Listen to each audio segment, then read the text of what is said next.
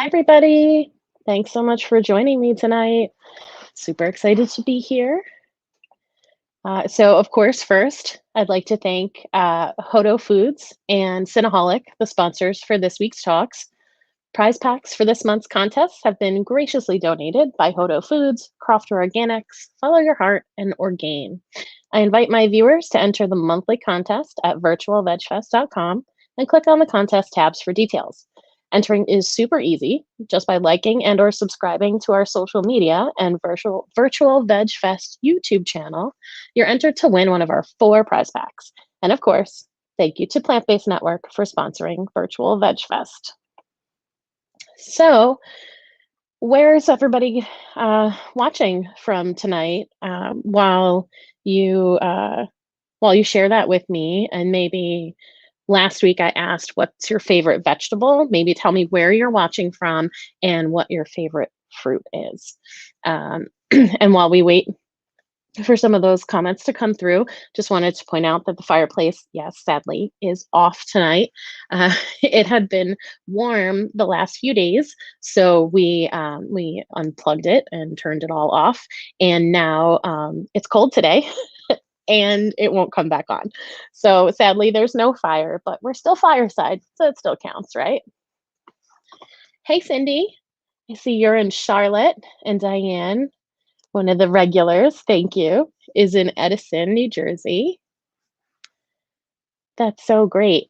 I have driven through Charlotte, but never really gotten a chance to explore the city.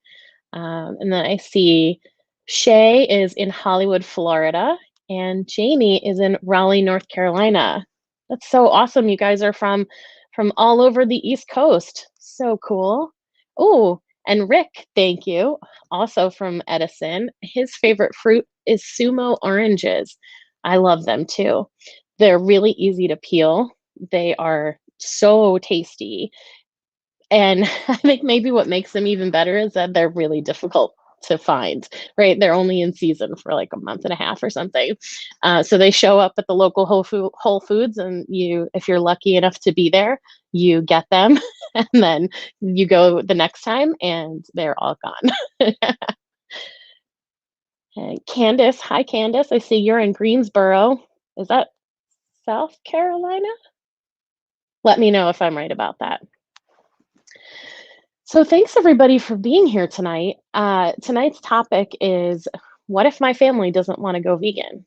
So if you want to go vegan, and your family's not into it, no, and then I see Cindy, yep, North Carolina, Candace, yep, okay, it's in North Carolina, Greensboro, North Carolina. Thank you both, Cindy and Candace, for that. Okay, Diane, apples and clementines. Those are really yummy fruits and really easy to carry with you when you're out and about. Okay. So Candace, and I realize I'm reading all of your comments, but I'm not posting them up for everyone else to see. So Candace just let me know that she lives in the Triad. Is that where the triangle comes from? Like down in that area, there's like I think a corporate kind of headquarters that's a triangle thingy. I'm up in New Jersey, so I apologize for sounding completely clueless about that. It's so fun to learn about all the different areas that everybody is in. So we're talking about, and feel free to, I'm sorry, I'm all over the place. Feel free to post any questions that you have about, how to get your family involved in going vegan, or at least kind of joining you in eating, or maybe changing out some of the products in your life to make them, vegan and cruelty free. Feel free to post questions about that, or you can post questions about anything related to veganism. I'm happy to answer anything that you guys have. I did a podcast this morning, and it was also about this, about talking to your family. And I really think that the thing first and foremost, and I talked last week about how important connection is and how people need to feel seen and heard. It's just kind of human nature to have that be part of what you are just kind of part of life and how we feel fulfilled. So I think that that is a big part of that here too. And just one sec. Thank you, Candace. Got it. Okay, so that's the triangle: Greensboro, Durham, and Raleigh. So cool. Thank you. Thanks for letting me know that. Um, so when we're making a huge change in our lives, we're making these decisions and something that will impact the people who live in the same space that we do. I think it's really important to have some open lines of communication. And unfortunately, some of us live with people where we don't have great lines of communication, and then others of us are lucky enough to have that. Um, and if you don't already have that, this could be a really great opportunity to kind of open up those lines of communication.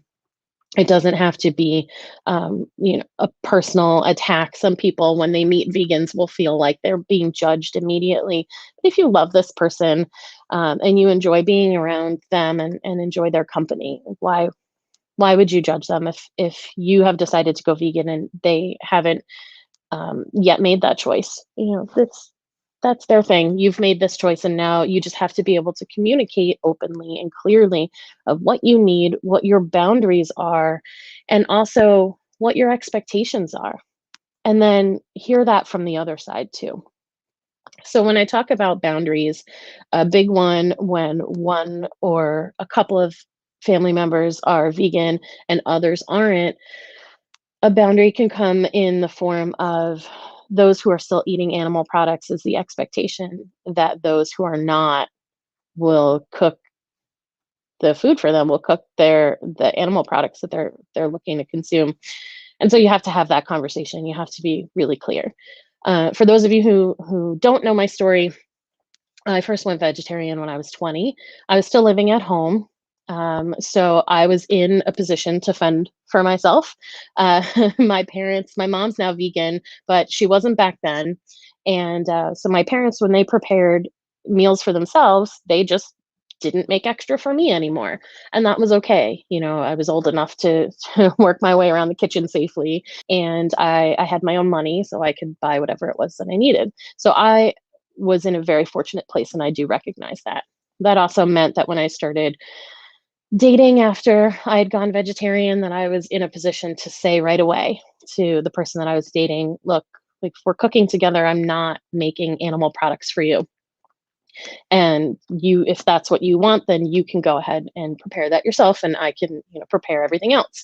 And then also, as you learn, it's more than food. Being vegan is more than just what you're eating. So, are you changing out all the products in your house too? Will you be, you'll likely want to replace your cleaning products and all that stuff. And it's probably unlikely that the family that your family members are like, no, please don't change our hand soap, it's the best hand soap. Like, most people aren't too emotionally attached to stuff like that, so that might be an easy change. Hey, Peggy, so glad to see you here. Thanks for joining. Let's see, Candace has family up north, and they've become a lot more accepting more recently as more people have become aware, but it's difficult to get people on board in the south. Yeah, and it's so interesting, because I've noticed that there are certain areas in the South, like Austin, Texas, right? Well, they have a good vegan population. They have kind of a community, and they've got some vegan restaurants and stuff. But yes, I've definitely heard that down south, kind of, if this is what you're used to, if everything that you're eating contains animal products, then how do you convince them that they don't need that anymore? And I think that that's a really important point too. In a situation like that, my thought is, let me be the example. So you look at all those favorite foods that you've grown up eating, and how can you veganize those first? Especially if there's like a favorite family dish, whether it's the people that you live with like immediately, or if you're thinking kind of when you start to spend time with extended family and you're expect maybe everybody brings food, and everybody, hangs around, and kind of the focus is on what you're eating. How can you how can you bring everybody together, make it like a loving thing, not like a combative thing. And I think that comes from, again, leading by example. So when you show up and you're happy because you're living in alignment with your values, you're living in alignment with what's important to you, and you are making food that your family's familiar with, but it's just a little bit different. I think that that helps too. We have so much emotion tied up in what we're eating. There's so many memories and traditions with our families. That stuff's important. It's how we connect. When we have those connections that feel broken, maybe it's because we've started living a different kind of life. And there's nothing wrong with that. But we have to make sure that our family is clear on what exactly that means. And sometimes it'll come from them seeing, again, like just how happy you are and how, vibrant you are. Other times it will come from them not just understanding that what you're doing is important to you, and they have the respect and the love for you, and they're willing to put kind of their own feelings around food off to the side to kind of just embrace this new part of who you are, and start to find out more about you. And that can really open some doors and allow you to have those meaningful conversations that, even if the people in your life don't ever join you on your vegan journey, they'll at least understand, and you can avoid a lot of the tension and some of the conflict that can come up when people who have not made a change and who are continuing to eat the way they've always eaten and use the products they've always used. And here you are making all of these changes because, veganism inherently kind of says, like, what's happening is not okay. And here's what I'm going to do to try to make it better, try to make the world better, try to reduce suffering, reduce cruelty. So that's just implied in being vegan. And some people, that makes them uncomfortable. Maybe it should. So we have to be gentle, I think, but don't but also in the same vein, we don't want to kind of back off and be like, "Okay, I'm sorry, like, I don't wanna offend you or hurt your feelings or anything." Like, the most important thing is that we can be honest with one another, because once we can be honest with one another, then we can have everything, and we can be everything we need to be for ourselves and for each other, and I think that that is just an amazing, incredible thing. So, Candace, I hope that you maybe have some ideas of um, some family recipes, or something that's near and dear kind of to the heart of the people who are closest to you, and maybe you can find a way to veganize it. And if you do have an idea about that and you need some help with veganizing it, you please reach out to me. You can send a message on Instagram or Facebook at Did You Bring the Hummus? And I'm happy to go over a recipe with you and help you figure out exactly how to veganize that. So, and that offer is, for anyone who needs that or is interested in that, definitely reach out to me, and I'm more than happy to help you figure that out. So, what do you guys think?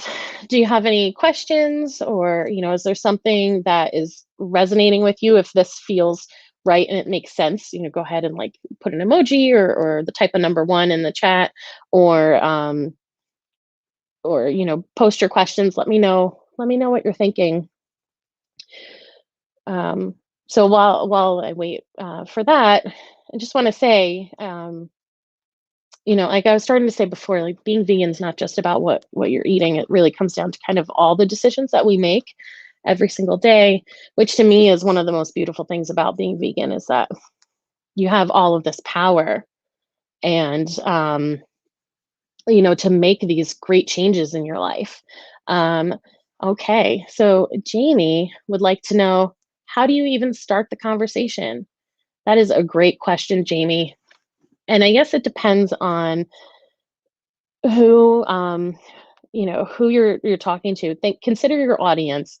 Like, do you have you heard this person or the people in your life kind of are they not have they already mentioned, like, they know about vegans and they're not interested, or do they think it's weird? And if not, you can always kinda start like, "Hey, I've been doing some research on being plant-based or being vegan, and I've really it's really starting to resonate with me, and it means something to me, and I am, really looking into it." Or if you've already made the decision, you already are plant-based or vegan, but you want to really kind of get people involved, like, with the people you live with, just kind of invite them to make dinner with you maybe, and kinda just talk about the differences in what you're making. And my suggestions, especially if you've got kids, a great way to involve the whole family is to do something like pizza night or taco bar or baked potato bar. And this allows you to have individual options. So everybody makes their own pizza, everybody assembles their own tacos or their own baked potato. And so you can have a bunch of toppings out on the counter or on, your island or whatever. And everybody can kind of stand around, excuse me, and make their own version. And so you can have, if some of your family just won't eat something if there's not animal products in it, you can figure out, are you going to make that? Will you buy it pre-made? And then kind of just present it and be like, so this is what I'm doing. And like, here's an example of something that I'm going to eat. Or, veganize your favorite recipe. Be like, hey guys, I want you to try this. I've been, learning about going vegan and I really love it and it's interesting to me. So I want to give it a try. And, you know, some people get really nervous when you talk in absolutes. So if you're like, "Hi, I'm vegan now," and like that's the end of it, even if you know in your soul that that's true, you can kind of just still use those phrases like, "I'm trying this out. This is a new thing for me, um, and I want you guys to come along with me if you're interested. Happy to answer any questions for you, and kind of just share what you've learned. And you don't have to know everything. So if a family member asks you something and you simply don't know, you haven't learned that yet, that's okay. Just tell them, like, oh, I haven't learned about that yet. And then maybe you can do that research together. Or maybe you can do the research and then be like, oh, I have the answer to your question now. Then you can have that conversation. That can kind of keep things going. You can bring it up more than once. Um, and I think that that's a good way to start. Just like, hey, I'm trying this out and I want you to know about it because you're important to me and it's going to be a big change. And then start from there. And you can even explain it in small doses too. Maybe start with the food because that is probably the biggest thing. And then you can explain later on that being vegan also is about products that we use and the clothes that we wear. So, we're not going to buy any more leather shoes or wool coats or, leather handbags, things like that. And, you can take it in stages. And look, we know our family members better than anyone else. So if you know that that person is you'll know how to approach them, right? But definitely what I have seen is the, hey, I'm trying this out. And when they ask you questions, don't be afraid to answer them. Even if they ask you questions and the answers are, this is the cruelty that's happening and this is really my motivation to go vegan. You don't have to show them videos. They can find that on their own if they'd like. Um, you can just tell them what you've learned. I hope that helps, Jamie. If you have any other questions, definitely let me know. And then Candace, oh, that's fantastic. Yeah, you're very lucky to be a great cook. When I went vegan, when I went vegetarian, I was not a great cook. I could barely boil water and make pasta well. So I've come a long way in the 20 years. Um, okay, yeah, the stigma and the negative comments. That so that is kind of I get that. The stigma and the negative comments, especially when you use the word vegan, right? Um, and when you look online, there's so much information out there. But that also then all these free groups and stuff, and there's so many people who are really helpful.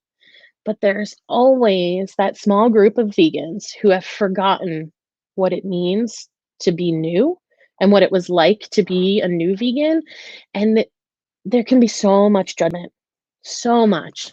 And so when you are telling, your standard American diet eating family or friends, like, hey, I'm doing this, I'm going vegan, um, sometimes they'll have that negative reaction because maybe they've only seen that judgy vegan online, or that's what they've heard. They worked with someone who said they were vegan and they were mean. Um, it can come from so many different places. But, for me, the whole the basis of veganism is to put more love into the world. We're doing that by reducing cruelty, by being kind to the environment, to the animals, and hopefully to each other. So for me, it's kind of like I want to take back this word, and I don't want people to think that all vegans are like mean and judgmental, and they aren't there to help and support you. So I would encourage you, Candace, for sure, to take that approach. And I'm not saying that you're not, but knowing that there are so many um, opportunities for people to run into a vegan and have it not be positive, to be that vegan that you wish you had known when you first went vegan, or to be that vegan that helps change that stigma, change that motivation to make negative comments about us. Um, that's my motivation for sure. I want nothing more than people who um, are, eating a standard American diet to ask me questions about how to go vegan. I love it, and I definitely want to help them. So, Shay, how would you recommend someone to transition from primary meat diet to vegan? So, I would say definitely, read some books, find your why, figure out, what that motivation is to go vegan, because it makes all of this so much easier.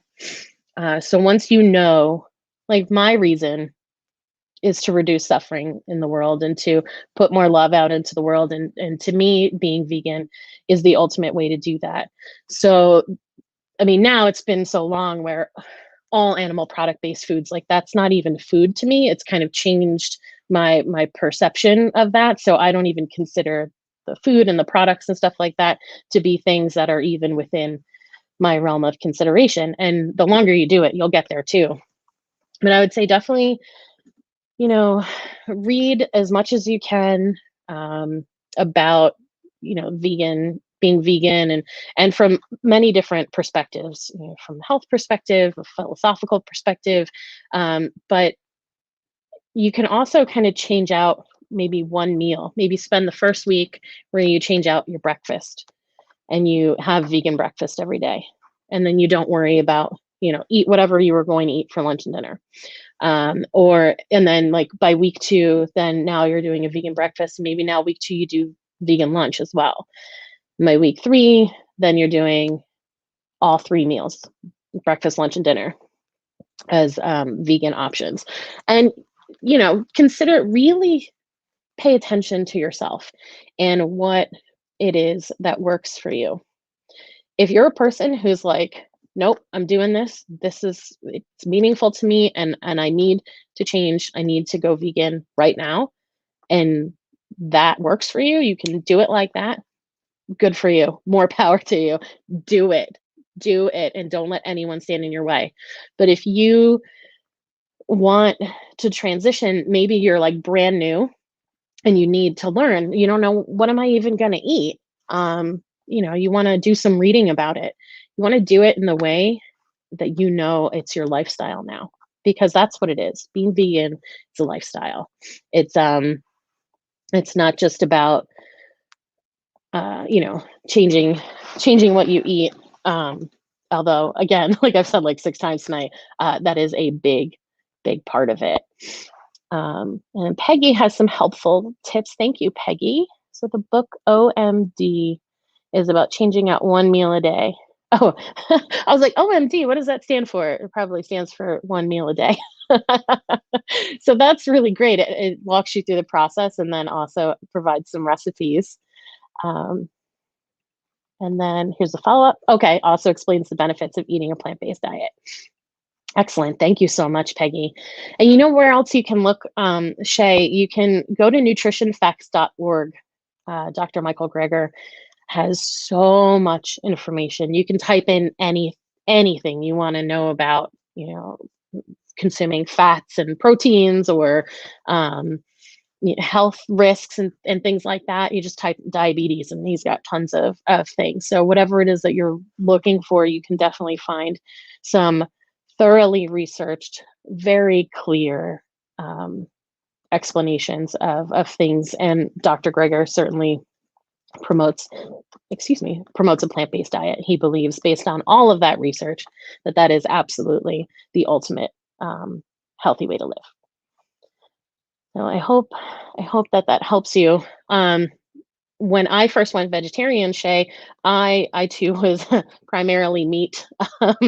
I did not eat a ton of vegetables. It was pretty much I'd eat broccoli and corn, and that was pretty much where it ended.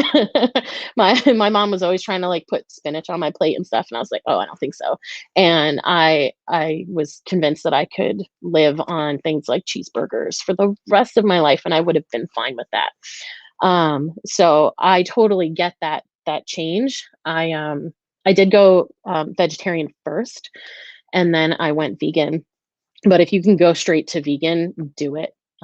Cheese is so addictive, and if you make that kind of the fill-in of kind of the stand-in for everything else, you're putting cheese on everything. It doesn't help you be able to let that go.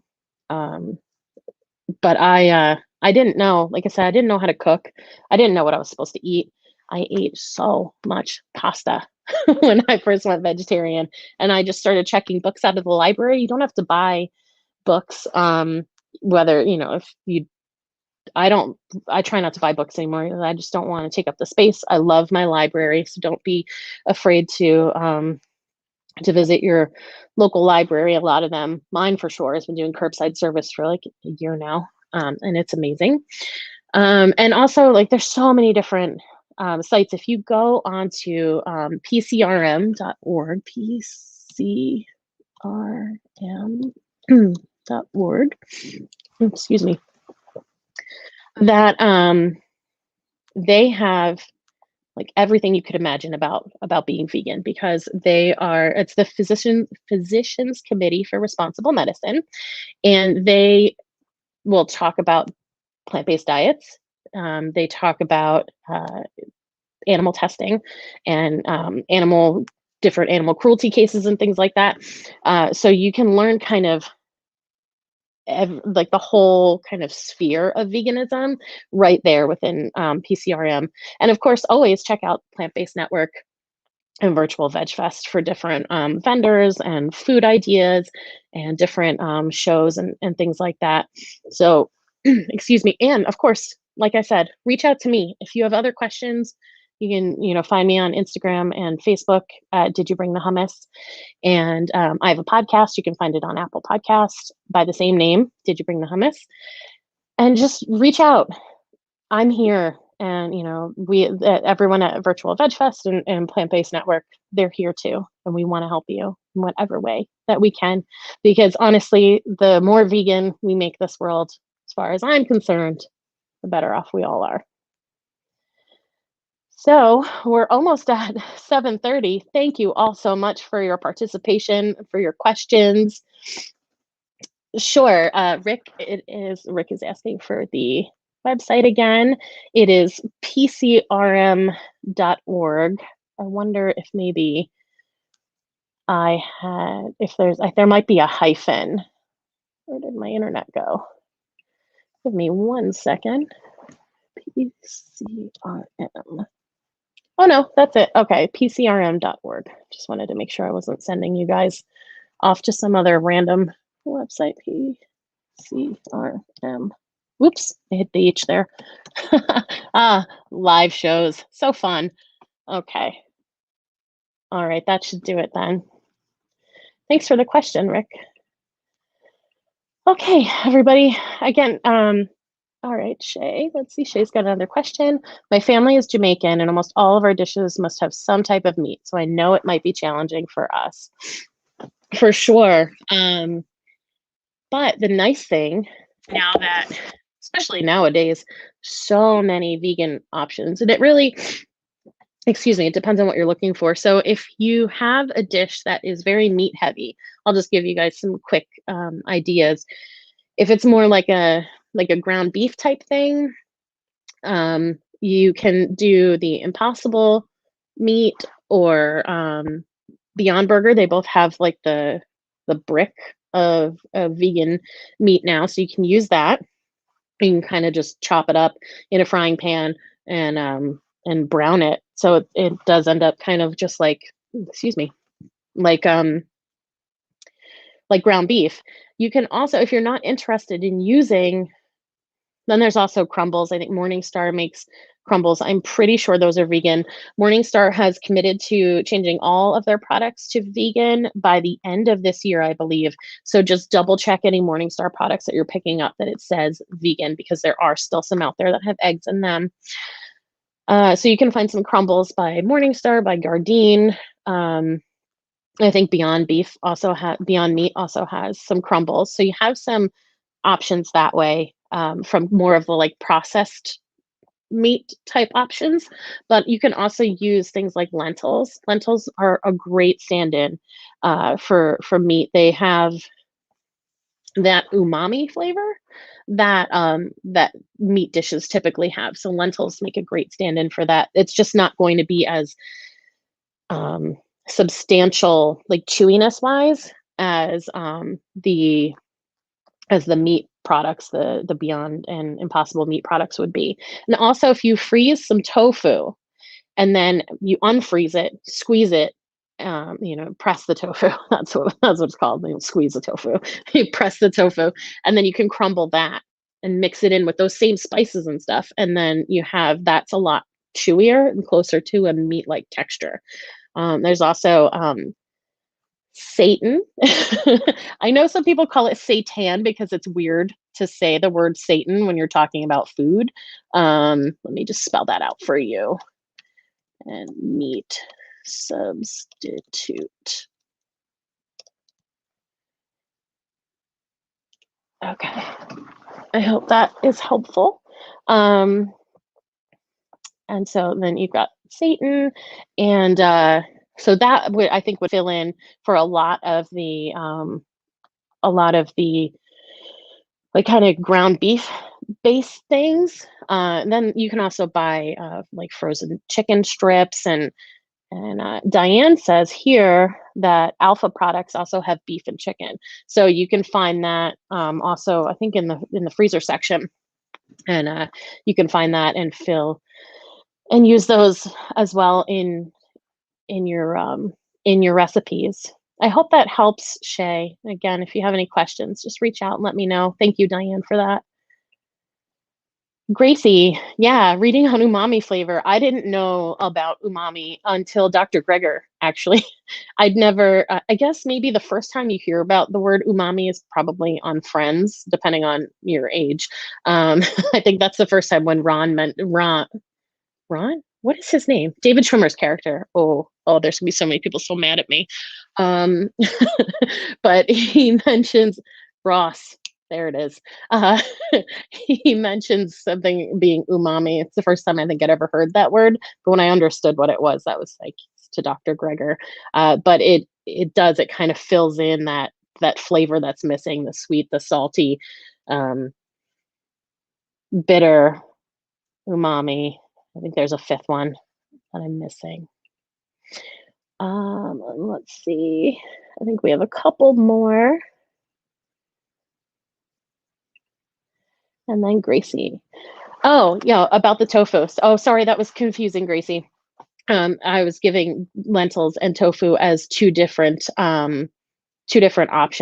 So the lentils, you can, I've used them successfully in things like sloppy joes, in shepherd's pie, in a lot of the different things where you would typically have, some, oh my gosh, excuse me, some like crumbled meats um, I'd say. And then with the tofu that's separate, you can use tofu also as kind of like a ground beef substitute. And my suggestion, pretty much anytime you're cooking with tofu, is to, unless you need it to be soft, you want it to be kind of mushy in your dish, is to freeze it first, at least overnight. And then you let it defrost in the fridge. Usually takes about a day or so, and then you can press it. When you crumble it, or even like put it into cubes or slabs, and then it becomes more like a chewy texture. It gives you that same kind of bounciness and chewiness that meat would. I hope that I hope that helps. Thank you, Diane. Yes, Ross. I can't believe that I couldn't remember that. All right. And then Gracie has a suggestion for us, the cookbook Umami Bomb by Rachel. I am unfamiliar with that cookbook. Is it completely vegan? I'm not sure. So please just let us know, Gracie, if that's a vegan cookbook.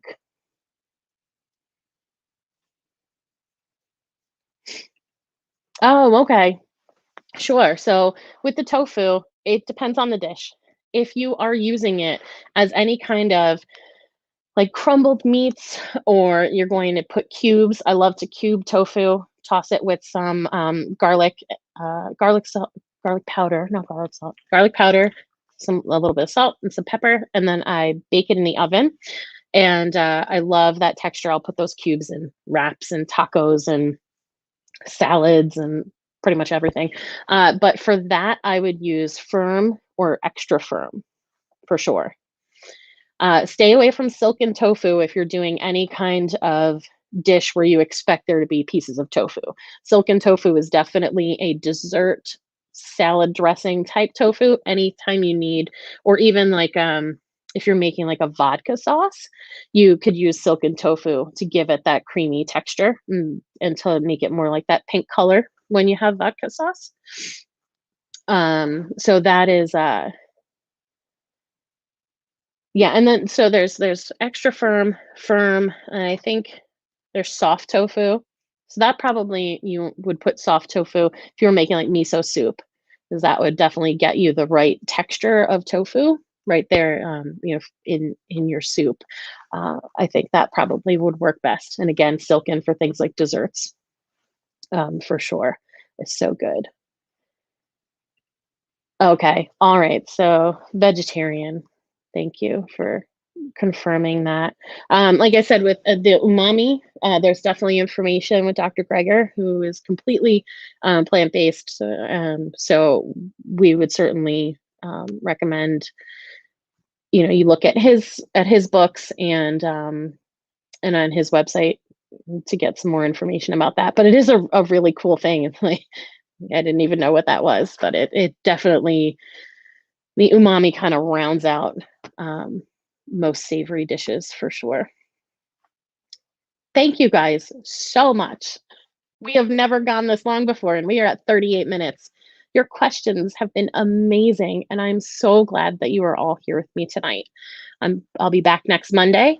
If you have any suggestions for topics, something you want me to touch on, or if you have questions you'd like me to address in the next in our next call next Monday, please let me know. Again, you can reach me at Did You Bring the Hummus on both Facebook and Instagram.